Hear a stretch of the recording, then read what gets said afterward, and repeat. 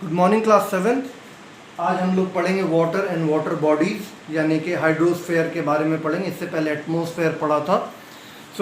Hydrosphere में सारी जो वाटर बॉडीज़ हैं उसके बारे में हम पढ़ना है। It's page chapter number 17। इसमें हम ये पढ़ेंगे कि वाटर किस किस फॉर्म में पाया जाता है, कितने टाइप के होते हैं और कहाँ कहाँ होता है, उसमें और भी क्या क्या फिनोमेना होता है वो सब जानेंगे। तो सबसे पहले हमें ये जानना है कि वाटर पे 71% वाटर है, अर्थ पे 71% वाटर है, इसीलिए हम अर्थ को ब्लू प्लैनेट कहते हैं। 71% वाटर है, जिसमें से 97% जो वाटर है वो समुद्र में सलाइन वाटर है, ओशन में रहता है। 97% 2% है वो ग्लेशियर में बर्फ़ के फॉर्म में जमा पड़ा, वो भी हम यूज़ नहीं करते हैं। जो 1% फ्रेश वाटर है जो कि रिवर में, लेक में और ग्राउंड वाटर में है, वही हमारे इस्तेमाल का होता है। तो यानी कि वाटर को हम दो पार्ट में बांट सकते हैं, fresh water, saline water. Saline water वो वाटर होता है जिसमें नमक की मात्रा होती है, यानी कि जिस वाटर में सॉल्ट होता है उसे हम सलाइन वाटर कहते हैं। यानी कि सलाइन वाटर कहाँ होता है? ओशन एंड सी में, समुद्र में जो पानी होता है उसे हम सलाइन वाटर कहते हैं, है ना जी। सॉल्टी वाटर, सलाइन वाटर, उसमें नमक की मात्रा होती है, वो हमारे पीने, खाने या इरिगेशन के काम में नहीं आता है। तो इतना सारा पानी 97% पूरा सलाइन वाटर है। क्या है? Saline water 97%। तो है क्यों, उसके बारे में हम आगे पढ़ेंगे। जो 3% है फ्रेश वाटर है, यानी कि जिसमें नमक की मात्रा नहीं है, नमक का अमाउंट नहीं है, वो हम यूज़ कर सकते हैं। उसमें भी 2% जो है वो आइस के फॉर्म में ग्लेशियर में वो जमा पड़ा है, नॉर्थ पोल साउथ पोल में जमा हुआ है। सिर्फ 1% हम यूज़ कर पाते हैं। तो ये जो फ्रेश वाटर है ये कहाँ कहाँ मिलता है? एक तो ग्लेशियर में हो गया जो जमा पड़ा हुआ है। आइस कैप कहते हैं माउंटेन के ऊपर जो हमेशा बर्फ़ जमी रहती है कैप की तरह, उसे हम आइस कैप कहते हैं। And river, lake and ground water, जो ज़मीन के अंदर पानी है जो हम हैंडपम्प से या कुएं से निकालते हैं, ये फ्रेश वाटर के सोर्स हैं। तो fresh water, saline water is clear. Saline water जिसमें सॉल्ट होता है, फ्रेश वाटर जिसमें सॉल्ट नहीं होता है। और सलाइन वाटर 97% है, फ्रेश वाटर 3% है, जिसमें से 2% यूज़ हम नहीं कर पाते हैं, वो जमा हुआ। अब आ जाइए हाइड्रोलॉजिकल साइकिल यानी कि वाटर साइकिल। वाटर साइकिल किसे कहते हैं? आप इसको समझें। फॉर एग्जांपल ये माउंटेन है, ये घर है लोगों का, फिर पेड़ पौधे हैं यहाँ पे, है ना जी, ये सारी चीज़ें हैं, ये ज़मीन है पूरी, है ना, ये सब ज़मीन है। ये क्या है? ओशन है, ये ओशन है। और इसमें से एक सपोज के नदी निकल के इस तरीके से जा रही है, ये घर का इधर आके इधर पानी सब आ रहा है। तो ये आपको पहले कॉन्सेप्ट समझिए, और ये फ़ोटो आपको दिया हुआ है बुक में।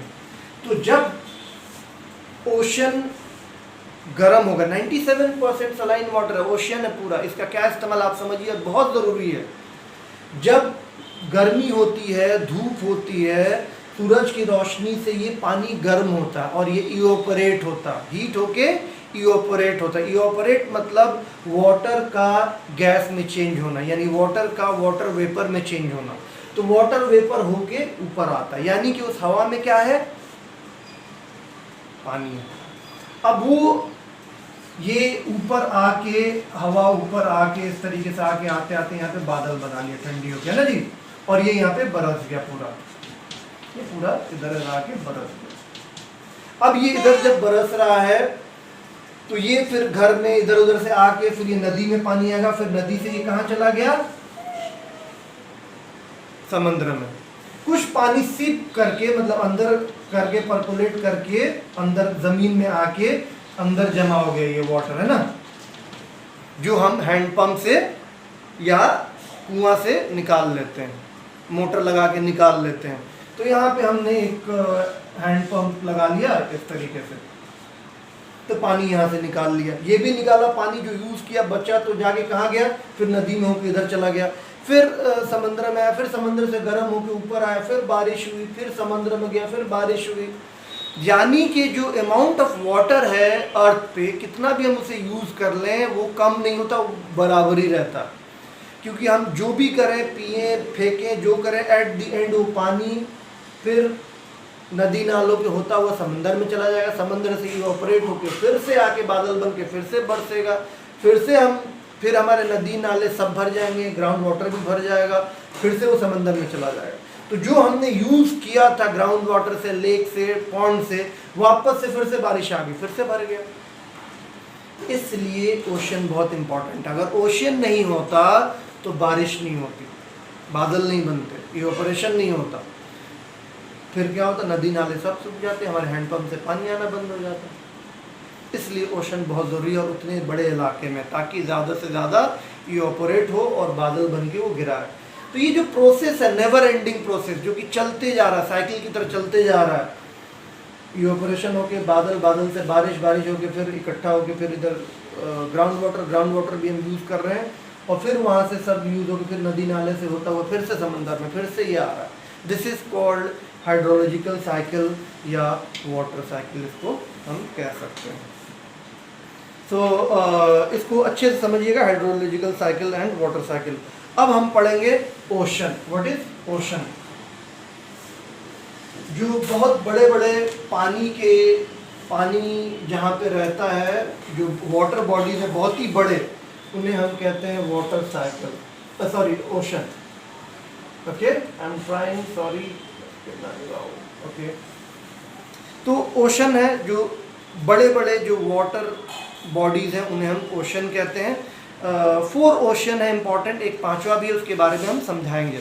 तो सबसे पहले पैसिफिक ओशन, जो कि सबसे बड़ा है। ये ग्लोब होता तो ये राउंड होता है, यानी कि ये इलाका और ये इलाका एक जगह पे है, ये इलाका और ये इलाका सटा हुआ है, ऐसे जब फोल्ड करेंगे तो ग्लोब होगा। तो यानी कि ये जो हाफ सर्किल और ये हाफ सर्किल, ये दोनों को मिला देंगे तो एक फुल सर्किल हो जाएगा, यही है पैसिफिक ओशन। पैसिफिक ओशन क्या हुआ कि इसको ये पूरा हाफ इधर हाफ इधर, यानी कि पूरा एक सर्कल है पैसिफिक ओशन। ये दुनिया का सबसे बड़ा और गहरा ओशन है। इसमें एक जो दुनिया में सबसे जो नीची चीज़ है उसे हम मैरियाना ट्रेंच कहते हैं, जो सबसे नीचा सबसे गहरा है, मैरियाना ट्रेंच उसका नाम है उस जगह का, जो कि पैसिफिक ओशन में सबसे गहरा। जिस तरीके से सबसे ऊंचा क्या है, एवरेस्ट है, उसी तरीके से सबसे गहरा अर्थ क्या है, मैरियाना ट्रेंच, जो कि पैसिफिक ओशन में। तो आपसे पैसिफिक ओशन पूछा जाए तो बिल्कुल ध्यान रखिएगा, ये दो नहीं है, एक ही है सर्कल में। तो आपको याद रखना कॉन्टिनेंट के नाम से, किसके किसके बीच, यानी ऑस्ट्रेलिया और एशिया पैसिफिक ओशन के वेस्ट में है। ये पैसिफिक ओशन है, तो इसके वेस्ट में क्या हुआ, ये वेस्ट है, इसमें हुआ एशिया और ऑस्ट्रेलिया।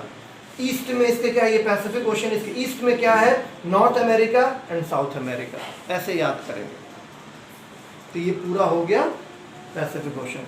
दूसरा है अटलांटिक ओशन, जो दूसरा सबसे बड़ा ओशन है वो है अटलांटिक ओशन। ये एस शेप में है, ये देखिए, ये एस शेप में, इस तरीके से इस शेप में पूरा अटलांटिक ओशन है। इसका देखेंगे क्या है, तो हम देखेंगे कि नॉर्थ मतलब जो अटलांटिक ओशन है, नॉर्थ अटलांटिक यानी ऊपर वाला, इसमें इसके वेस्ट में क्या है, नॉर्थ अमेरिका है, और साउथ में नीचे साइड में क्या, साउथ अमेरिका। नॉर्थ अटलांटिक के ईस्ट में यूरोप है, और साउथ अटलांटिक के ईस्ट में अफ्रीका। यानी कि अटलांटिक ओशियन के वेस्ट में नॉर्थ अमेरिका, साउथ अमेरिका, और अटलांटिक ओशन के ईस्ट में यूरोप एंड अफ्रीका। सिंपल। ये भी पूरा नीचे आ गया इस शेप में। ये क्या है, ओवल, मतलब I mean circle, sphere shape में। तीसरा जो सबसे बड़ा ओशन है वो इंडियन ओशन है। इंडियन ओशन एक लौता ओशन है जो किसी कंट्री के नाम पे बना है। ये रहा इंडिया, तो ये जो पूरा इलाका है ये इंडियन ओशन का है। यानी कि इंडियन ओशन में क्या है, नॉर्थ में एशिया है, वेस्ट में अफ्रीका है, और ईस्ट में ऑस्ट्रेलिया है। ये रहा इंडियन ओशन। इसके अलावा जो चौथा है, जो सबसे छोटा ओशन है, वो आर्कटिक ओशन है। जो ऊपर वाला इलाका है ये हमेशा बर्फ में जमा रहता है। आर्कटिक ओशन पूरे टाइम बर्फ में जमा रहता है। सिर्फ यहाँ वाला जो इलाका है, यूरोप और ये यहाँ के आसपास वाला थोड़ा सा वहाँ पे पानी रहता है। रीज़न क्या है कि यहाँ पे एक वार्म करंट चलती है, मतलब गर्म पानी यहाँ से जाता है जिसकी वजह से उसको पिघला देता है बर्फ़ को। और ये जो इलाका है, जो कनाडा का ऊपर वाला हिस्सा, ये भी बर्फ़ में ही जमा रहता है, जो कि उधर ही आर्कटिक ओशन का ही पार्ट है। तो आर्कटिक ओशन जो नॉर्थ पोल साइड में जो है ओशन, जो कि हमेशा बर्फ़ में जमा रहता है, उसे आर्कटिक ओशन कहते हैं। एक और चीज़ समझ लीजिए, ये 4 ओशन हो गए, पैसिफिक, अटलांटिक, इंडियन, आर्कटिक। पांचवा जो समझ लीजिए वो ओशन कह सकते हैं अलग, बट वो एक्सटेंशन है, मतलब जुड़ा हुआ है। अब देखिए, ये रहा पैसिफिक, ये रहा अटलांटिक और ये रहा इंडियन ओशन। ये तीनों का जो एक्सटेंशन है ना, ये जो नीचे जो मिला हुआ है, इसे ये इन तीनों ओशन का एक्सटेंशन है, अलग ओशन नहीं, ये तीनों का एक्सटेंशन है।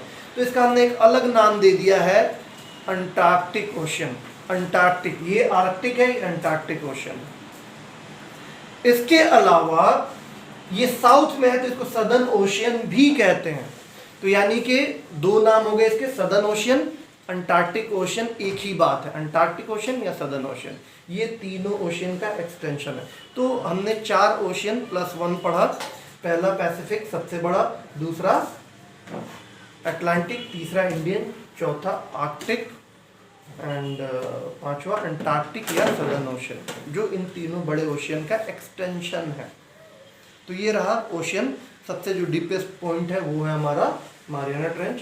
आपको रटिएगा किस ओशियन के किनारे, लेफ्ट वेस्ट क्या है नहीं पता चलेगा, आपको कॉन्टिनेंट याद कर लीजिएगा तो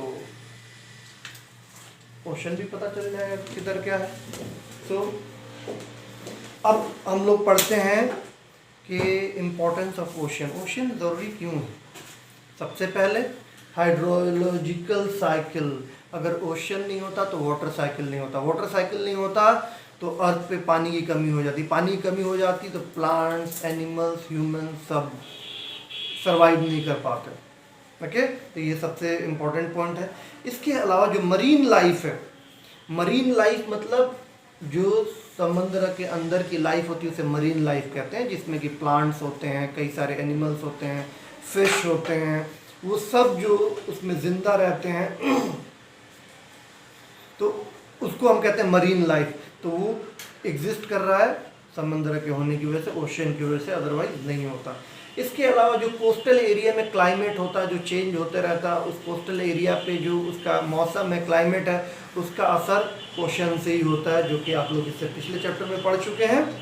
इसके अलावा ओशन से टाइडल एनर्जी भी बनती है। टाइडल एनर्जी, जो एनर्जी टाइड से निकलती है, जो लहर होती है ओशन की, उससे भी एनर्जी, इलेक्ट्रिसिटी जनरेट किया जाता है। और कुछ कंट्रीज़ हैं बाहर की, कनाडा है, यूके वगैरह, वहाँ पे टाइडल एनर्जी यूज़ किया जाता है। तो ये हुआ आपका ओशन के का पूरा कंप्लीट चैप्टर। इसके बाद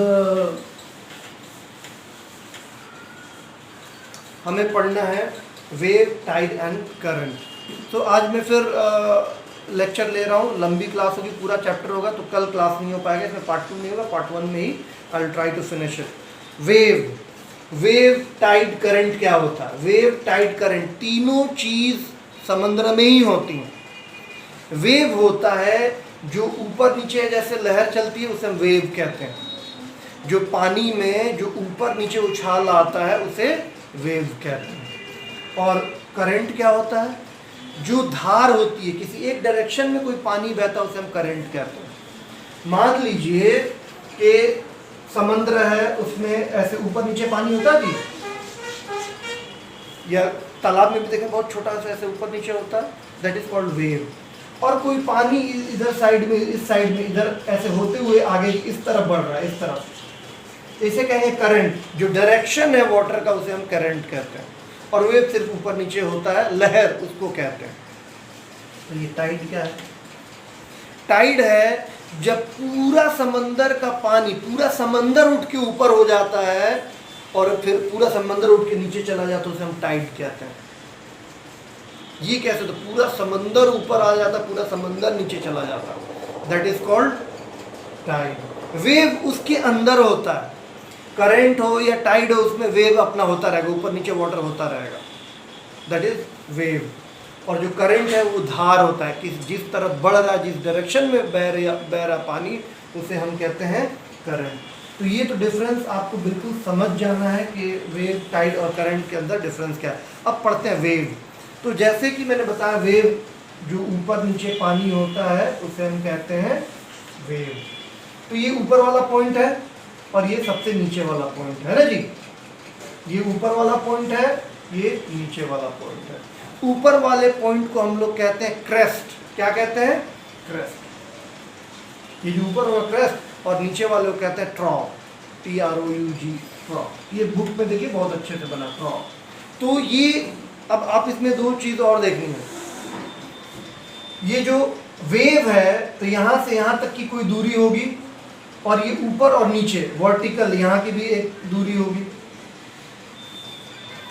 अगर वेव बहुत ऊंचा होगा तो ये बढ़ेगा ना जी, क्रेस्ट और ट्रॉफ का हाइट बढ़ जाएगा। और लंबा होगा वेव तो ये चीज़ एक क्रेस्ट से दूसरे क्रेस्ट की लंबाई बढ़ जाएगी। तो जो क्रेस्ट, एक क्रेस्ट से दूसरे क्रेस्ट का डिस्टेंस होता है उसे हम कहते हैं वेव लेंथ। वेव का लेंथ है, दूरी है, वेव लेंथ। और ये जो वर्टिकल होता है कि कितनी ऊंची वेव है, वो क्रेस्ट से लेके ट्रॉफ तक नापते हैं, उसे हम कहते हैं वेव हाइट। वेव हाइट, तो ये हाइट है, ये लेंथ है, simple. This is wave height, this is wave length. ये क्रेस्ट है, ये ट्रॉफ है। तो ये बस वेव में आपको जानना है। तो ये कितना वेवलेंथ छोटा होगा कि बड़ा होगा, किस पे डिपेंड करता है? विंड पे। अगर हवा तेज चलेगी तो वेव लंबा हो जाएगा, हवा कम चलेगी तो वेव छोटा हो जाएगा। इसी में कभी कभी क्या होता है, अर्थक्वेक आने की वजह से क्या होता है कि इसमें बहुत ज़्यादा धक्का लग जाता है और वेव बहुत लंबा हो जाता है और हाइट भी बहुत ज़्यादा हो जाती है, जिसे हम सुनामी कहते हैं। कई 100 मीटर की हाइट और वेव हाइट, वेवलेंथ हो जाता है। तो अब सोचो कि ये वेव है जो छोटी छोटी सी है, वो अगर कई 100 मीटर की हो जाए तो सामने जो भी चीज़ होगी, घर बार सब उसको उड़ा के ले जाएगा, सब बर्बाद कर देगा। तो ये वेव में आपको जानना है wave height, wavelength, crest and ट्रॉफ। Photo बना के इसी तरीके से आपको सीखना है। अब आ जाइए नेक्स्ट पॉइंट जो है वेव के बाद, टाइड। टाइड में जैसा कि मैंने आपको बताया कि समुद्र का पूरा उठ के ऊपर आ जाना और उठ के पूरा नीचे चले आने को हम कहते हैं टाइड। ये कैसे होता है? मान लीजिए कि ये लैंड है ना जी, ये लैंड है और यहाँ से ये समुद्र है नॉर्मल। तो टाइड 2 टाइप्स का होता है, high tide, low tide. High tide जब पानी ऊपर आ जाता है पूरे समुद्र का, लो टाइड जब नीचे आ जाता है। तो मान लीजिए जैसे पूरा का पूरा समुद्र का पानी उठ के इस लेवल पे आ जाए ना जी, इस लेवल पे आ जाए। पहले यहाँ बह रहा पानी था समुद्र का, ये लैंड है, तो इसे हम कहेंगे हाई टाइड।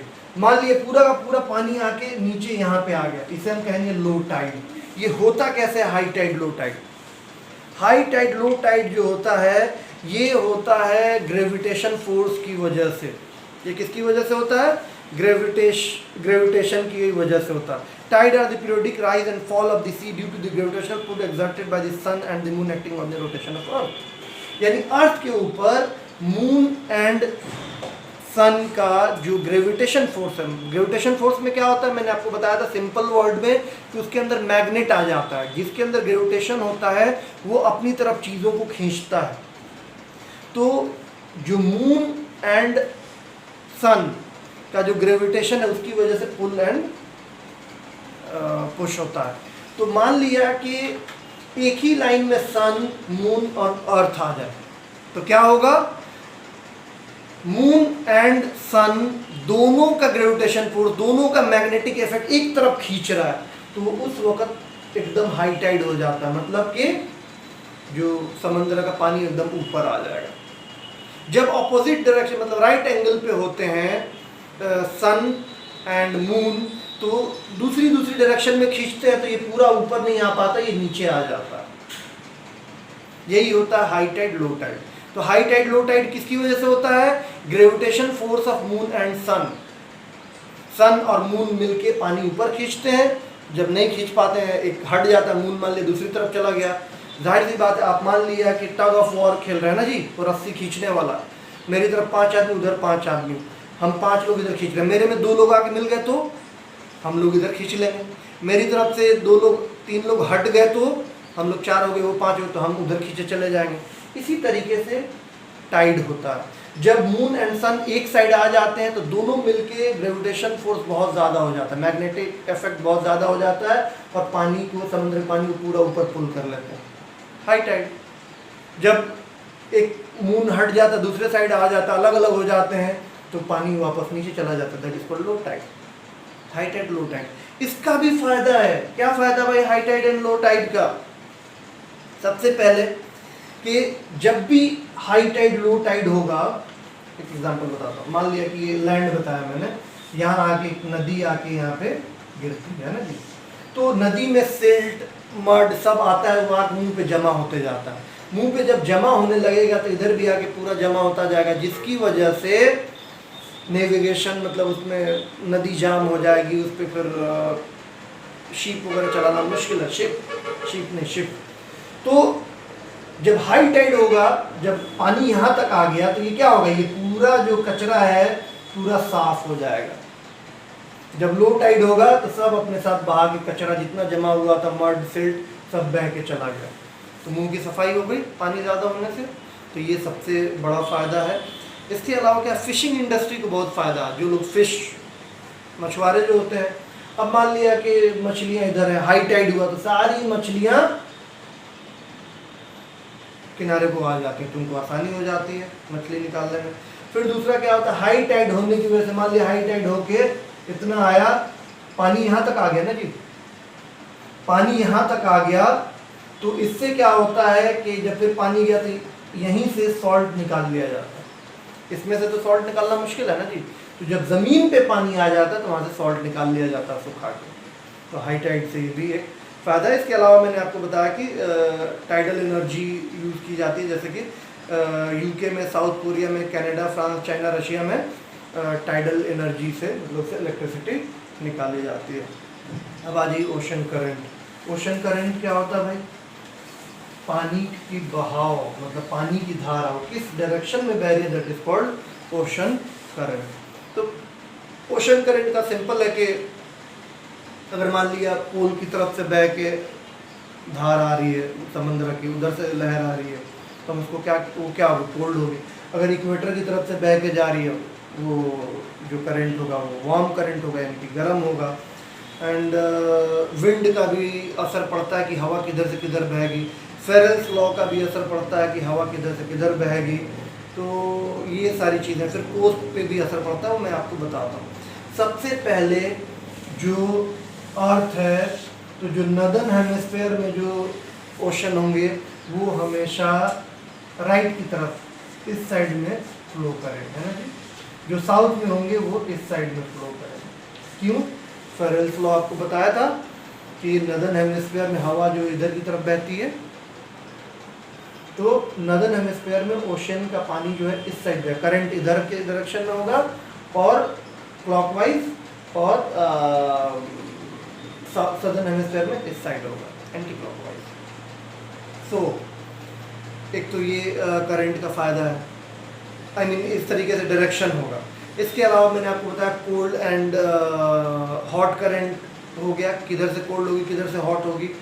इधर से अगर कोई बह के आ रही है कोई करंट तो ठंडी होगी, इधर से कोई जा रही है तो गर्म होगी। और कोई पॉइंट है इसमें,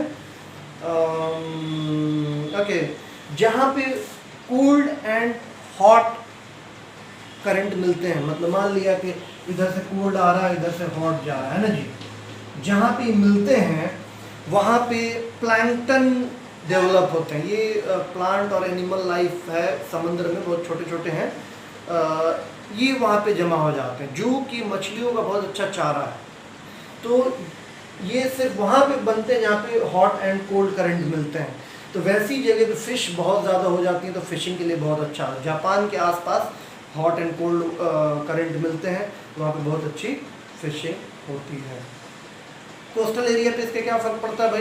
कोस्टल एरिया पे अब मान लिया कि ये कोई ये कॉन्टिनेंट है, कोई कंट्री है, तो ज़्यादातर याद रखिएगा वेस्टर्न कोस्ट पे डिज़र्ट होता है, तो इधर से जो ठंडी हवा चलेगी तो डिज़र्ट को थोड़ा ठंडा रखेगी, ये भी एक फ़ायदा है। जो इधर से चलती है उसके साथ मॉइस्चर आता है तो बारिश कराती है। एनीवे ये ज़्यादा इंपॉर्टेंट नहीं, करंट बस समझ लीजिए, जो धारा होती है उसे हम करंट कहते हैं। जुडिशियस यूज़ ऑफ वाटर आखिरी है, मतलब कि वाटर का कैसे सही इस्तेमाल करें। फ्रेश वाटर सिर्फ 1% है, तो हम इसको ऐसे इस्तेमाल करें कि वेस्ट ना हो, बर्बाद ना हो और फ्यूचर जनरेशन के लिए वो मिलता रहे, अदरवाइज़ बहुत दिक्कत होगी। हमें वाटर सेव करना चाहिए। आज के दिन में इंडिया तो छोड़िए, बिहार जैसी जगह में गर्मी में पानी की किल्लत हो जा रही है, गांव का गांव पानी साफ़ हो जा रहा है, मिल ही नहीं रहा, पानी ही नहीं है गांव में, कहीं दूर से भर के लाना पड़ रहा है। इसी बिहार के कुछ इलाके हैं। एक आध साल पहले की बात है, शिमला में पानी ख़त्म हो गया था, होटल में फ्लश करने का भी पानी नहीं था, सारे टूरिस्ट वहाँ से निकल के उत्तराखंड और मसूरी वगैरह कहीं कहीं जाने लगे थे। साउथ अफ्रीका के कुछ सिटी में पानी ख़त्म हो गया, वहाँ पे राशन में पानी मिलता है कि एक आदमी को इतना लीटर डेली पानी मिलेगा, आप उसी में जो करना करिए। तो इसलिए अब उसी पानी से आजकल टंकी लग गई है, तो दोबारा धो रहे हैं, कार धो रहे हैं, ये सब चीज़ें वेस्ट नहीं करनी चाहिए। आधा घंटा गाड़ी धो रहे हैं, नहा रहे हैं खूब बढ़िया से, आप वेस्ट कीजिएगा तो कल को वही बात होगी कि राशन में पानी यूज़ करना पड़ेगा। आप अपने पापा मम्मी से पूछिएगा, क्या उन्होंने सोचा था या दादा दादी से कि कभी पानी बिकेगा?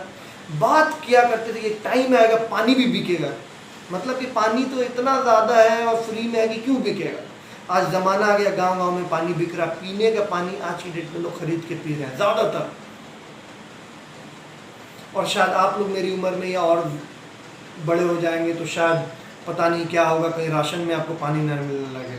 इसलिए बहुत ज़रूरी है वाटर का जुडिशियस यूज़, सही इस्तेमाल। Thank you very much, see you in next class.